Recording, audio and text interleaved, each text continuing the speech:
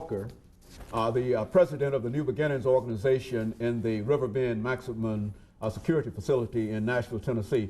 And of course, Pastor Walker, we promised that when we after we had our commercial break, that we'd give you an opportunity to talk about some of the individuals that are incarcerated and some of the things that your organization, the New Beginnings organization, is doing in order to help alleviate the problems and perhaps deal with them. But more specifically, I think, and I think our audience would probably be interested in why are so many young people and why are so many people incarcerated? What is the problem with crime today in our society?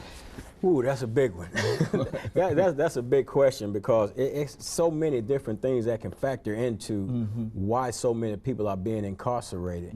Well, you could say some of the laws in the state are not equitable or that, or you could say it's because of poor parenting. You could say because of the love of money, people having a desire, or inordinate, I guess, desire for money, and they're reaching out in ways to get money, which causes them to become incarcerated. I mean, you can contribute it to negative videos. I mean, you see a lot of that glorifies violence and the like, and the thug life and stuff like that.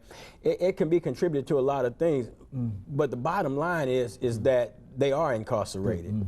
They do make it into the system, and while in the system, you know, you take an individual into the system, and if you don't educate them, if you don't equip them, if you don't empower them while they're in the system, then you're looking for an individual that went in you think was bad. You're looking for an individual returning back into society worse off than he was when he came in, because Dr. Haynes, you got to realize in the prison system, they don't separate the good from the bad. You know, you've got individuals in the prison system, and life in prison is one of the most unnatural environments you could ever find yourself in. And you take a guy that's just a hardcore criminal that don't care about anybody, and you put him in the cell, in a two-man cell with another individual who wants to work on himself, who wants to do better, who wants to try a new lifestyle. So that individual who wants the better lifestyle is finding it very difficult to deal with prison life, because of the fact that he has a desire to change. So one of the most impressive things you can find about an individual incarcerated is the ability to live positively within a negative environment. That right there is a task within itself, and it's a gigantic task to accomplish. Not only to attempt, but to actually accomplish it is a gigantic task. Well, is this is this the truth to the statement that people who go there, and especially when we talk about young people, that they generally come out worse than they were when they committed the crime? Is that what without some kind of program or whatever? That's true, and that happened in my situation. I got incarcerated when I was young. I was like 22 years old, and when I got out, I wasn't I didn't learn anything in prison other than how to be a better criminal. I learned some new stuff that I could use when I got out to continue my criminal activity. So when I got out with the mindset that I'm going to get mine. And that mindset, of course, led me back down the road into further incarceration also.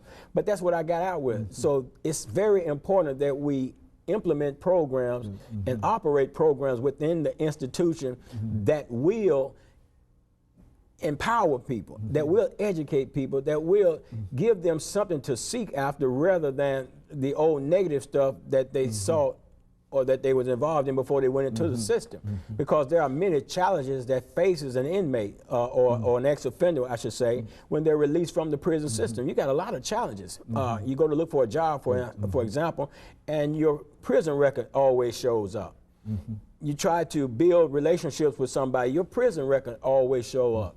And you may be the type of person that was entirely different than I was when I came out. You may be the type of person that have involved yourself in a program and gotten out and want to do the right thing and seeking to do the right thing, wanting to blend into society, want to be a positive person in society, but you start facing all of these challenges. So it's necessary that not only are you equipped, are you educated, equipped, and empowered while you're in the system through programs such as NBO, but to have something in place when you're released from the system that will help you meet these different challenges, that can train you in job things. I mean, you take an individual that went into prison back in 1980, I mean, just 1980.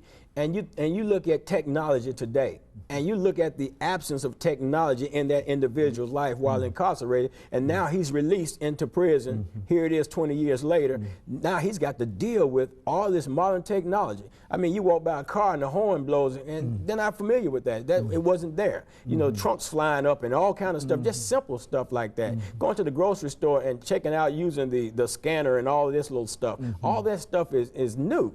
It's different. It's just totally new to them, and in a real sense. Not only much of this stuff might be new to many of us, but to them being absent, all of that being absent in their environment, it's really difficult to handle. It's mind-boggling to get out and to have to deal with that type of stuff. So it's important that we have programs set up in the prison system. And that's what New Beginnings Organization has done. New Beginnings Organization has set up programs that are operating within the prison system.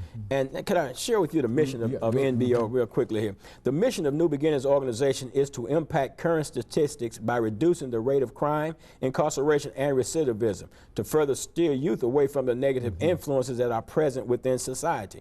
We endeavor through a series of internal, pre-release, post-release, and prevention programs designed to resolve errors in thinking and redirect the thought process toward a higher moral standard to produce individuals that are willing to build a society that is conducive to establishing solid family values, community unity, and economic development.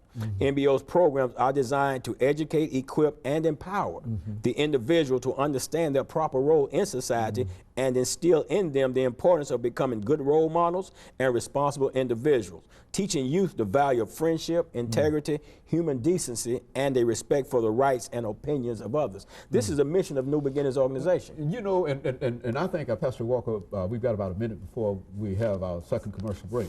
But when you look at that as a mission statement, it's very, very difficult to find anything that a person would oppose in terms of making that a reality.